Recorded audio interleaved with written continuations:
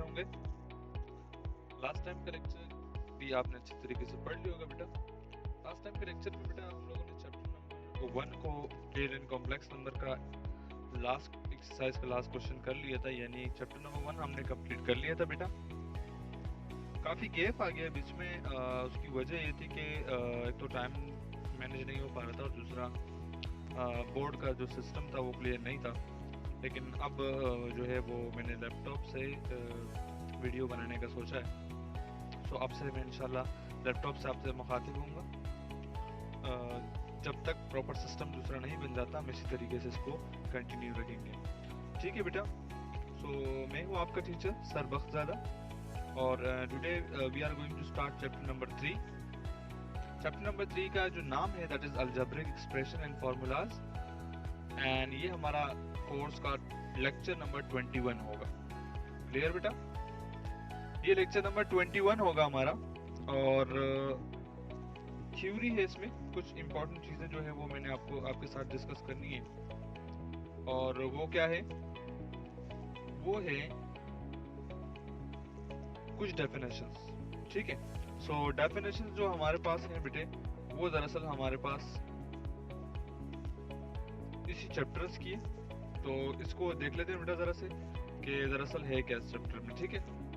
तो बेटे चैप्टर में सबसे पहली चीज जो हमारे पास है वो उसका नाम को आइडेंटिफाई करना है। Algebraic expression and formulas. Formulas एक अलग बेटा हमारे पास टॉपिक है, जबकि अलजेब्रिक एक्सप्रेशन एक अलग टॉपिक है। तो फिलहाल हम अलजेब्रिक एक्सप्रेशन को डिस्कस कर रहे हैं बेटा। And algebraic expression is also known as polynomial, ठीक है। सो बेटा ये जो आपके पास मैंने यहाँ पर आपको लिख के दिया है थ्योरी, कुछ डेफिनेशंस है बेटा, और डेफिनेशंस के अंदर हमारे पास क्या कुछ है वो मैं बता देता हूँ आपको। सबसे पहली चीज है अलजेब्रिक एक्सप्रेशन। अब अलजेब्रिक एक्सप्रेशन क्या होती है? सो बेटे मैंने यहाँ से रीड करना स्टार्ट करना है।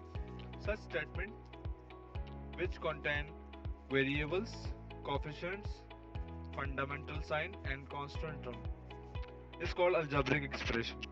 ऐसी स्टेटमेंट जहाँ पर वेरिएबल्स भी हो, कोएफिशिएंट्स भी हो, फंडामेंटल साइन भी हो। अच्छा बेटा यहाँ पर फंडामेंटल की जो स्पेलिंग है वो जरा देख लेना बेटा।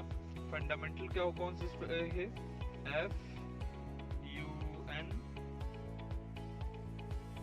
एक मिनट बेटा, मैं असल में यहाँ थोड़ा सा न्यू हूँ सो इसीलिए थोड़ी सी मिस्टेक्स आएंगी। फंडामेंटल साइन, तो क्या है फंडामेंटल साइन?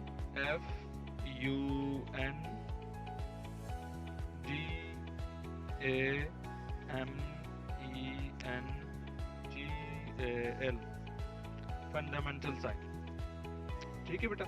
अब फंडामेंटल साइन जो है वो क्या होते हैं? जो प्लस माइनस मल्टीप्लाई डिवाइड के जो हमारे पास साइन होते हैं इनको फंडामेंटल साइन कहा जाता है, ठीक है। इसको मैं मिटा देता हूँ। फंडामेंटल की स्पेलिंग बेटा काइंडली आप जरा चेक कर लीजिएगा। And constant term, constant term बेटा एक ऐसा नंबर होता है जहां पर आपके पास वेरिएबल नहीं होते, ठीक है। सो इन दैट केस यहाँ मैंने बेटा आपको कुछ एग्जांपल्स बना के दी है, ये वाली अगर आपको नजर आ रही हो, ये मैं निशानदेही कर देता हूँ। ये बेटा एग्जांपल नंबर 1 जिसमें मैंने बाकायदा एरो शो की है कि किस चीज को क्या कहते हैं। यहाँ पर 2 और जो x और y है ये मैंने ब्लू एरो शो की, ये वेरिएबल्स है। ये जो आपके पास ऑरेंज कलर की एरो शो की ये कोएफिशिएंट्स है इसके। जो प्लस और माइनस है ये फंडामेंटल साइन है बेटा। फंडामेंटल की स्पेलिंग यहाँ से देख लीजिएगा, ठीक है। एंड कांस्टेंट टर्म कौन सा है? जहाँ पर x और y की वैल्यू x या y नहीं है, ये हमारे पास क्या है? कांस्टेंट टर्म, ठीक हो गया बेटा। देन उसके बाद अब हमारे पास कुछ और डेफिनेशन है जिससे हमने डिस्कस करना है। अब वो डेफिनेशंस क्या है उसको जरा देख लेते हैं बेटा। ये दूसरी एग्जांपल बेटा जो इसमें है, इसमें काइंडली आप लोग खुद आइडेंटिफाई कर लीजिएगा। ये जो दूसरी एग्जांपल मैंने यहाँ दे रखी है इसमें खुद आप लोग आइडेंटिफाई कर लेना वेरिएबल वगैरह, ताकि आप आसानी से इसको आइडेंटिफाई कर सको। अब अगले रेशनल एक्सप्रेशन। रेशनल एक्सप्रेशन क्या होता है बेटा? तो मैंने यहाँ डेफिनेशन लिखी है कि such expression which can written in the form of P upon X, P of X and upon Q of X P of x क्या है, ये भी एक पॉलिनोमियल है, क्यू ऑफ एक्स क्या है, ये भी एक पॉलिनोमियल है। ये जो एक्सप्रेशन लिखा है ना बेटा, इस एक्सप्रेशन को पॉलिनोमियल भी कहते हैं। ये मैंने थोड़ी देर पहले आपको ऊपर हेडिंग में बता भी दिया बेटा, ये रहा, ये इस हेडिंग के अंदर मैंने आपको निशानदेही कर दी कि ये पॉलिनोमियल भी होता है और इसको अलजेब्रिक एक्सप्रेशन भी कहते हैं, दोनों इसके नाम। ठीक है बेटा। सो अब दूसरी एग्जांपल, यहाँ मैंने लिखा कि where P of X and Q of X both are polynomial and Q of X is not equal to 0। यानी हमारे पास P of X and Q of X 0 के बराबर नहीं हो सकता। क्लियर? बाकी दोनों P of X and Q of X दोनों क्या होंगे, पॉलिनोमियल्स होंगे। एग्जांपल्स मैंने यहाँ दे रखी है बेटा, एग्जांपल्स में x अपॉन x प्लस 1 है, x भी एक पॉलिनोमियल है, x प्लस 1 भी एक पॉलिनोमियल है। उसके साथ 2x स्क्वायर माइनस 3 अपॉन में 2x प्लस 2 ये भी एक पॉलिनोमियल है। सो न्यूमरेटर डिनोमिनेटर दोनों में क्या है, पॉलिनोमियल है। सिमिलरली बेटा हमारे पास नेक्स्ट जो डेफिनेशन है that is irrational expression. Irrational expression क्या होता है? सिमिलरली जो हमारे पास ये इसकी जगह बेटा थोड़ी सी चेंज हो गई है, इर्रेशनल को आप पहले लिखिएगा और एक्सप्रेशन को आप बाद में लिखिएगा। ठीक है बेटे। So such expression which can not written in the form of p of x upon q of x, यानी उसका उलट है, रेशनल का उलट है, जिसको आप p of x upon q of x में नहीं लिखा जा सकता। इस स्टेटमेंट को क्या कहते हैं, या इस एक्सप्रेशन को क्या कहते हैं, इर्रेशनल एक्सप्रेशन कहते हैं। इसकी भी सिमिलर मैंने एग्जांपल बेटा दे रखी है यहाँ पर। सबसे पहले ये 1 अपॉन x प्लस 1, ये जो है p of x upon q of x की शक्ल में नहीं है, क्योंकि ऊपर हमारे पास वेरिएबल नहीं है। 1 is a polynomial of a degree 0, लेकिन याद रहे कि ये हमारे पास 1 x यहाँ वेरिएबल नहीं है, दैट इज व्हाई ये p of x upon q of x की शक्ल में नहीं है। यानी दोनों अगर न्यूमरेटर डिनोमिनेटर में वेरिएबल होते हैं तो इन दैट केस वो रेशनल होगा।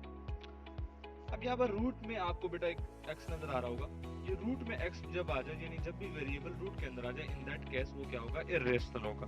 क्लियर है बेटा? सो इसका मतलब है कि ये दोनों एग्जांपल किसकी है, इर्रेशनल की है।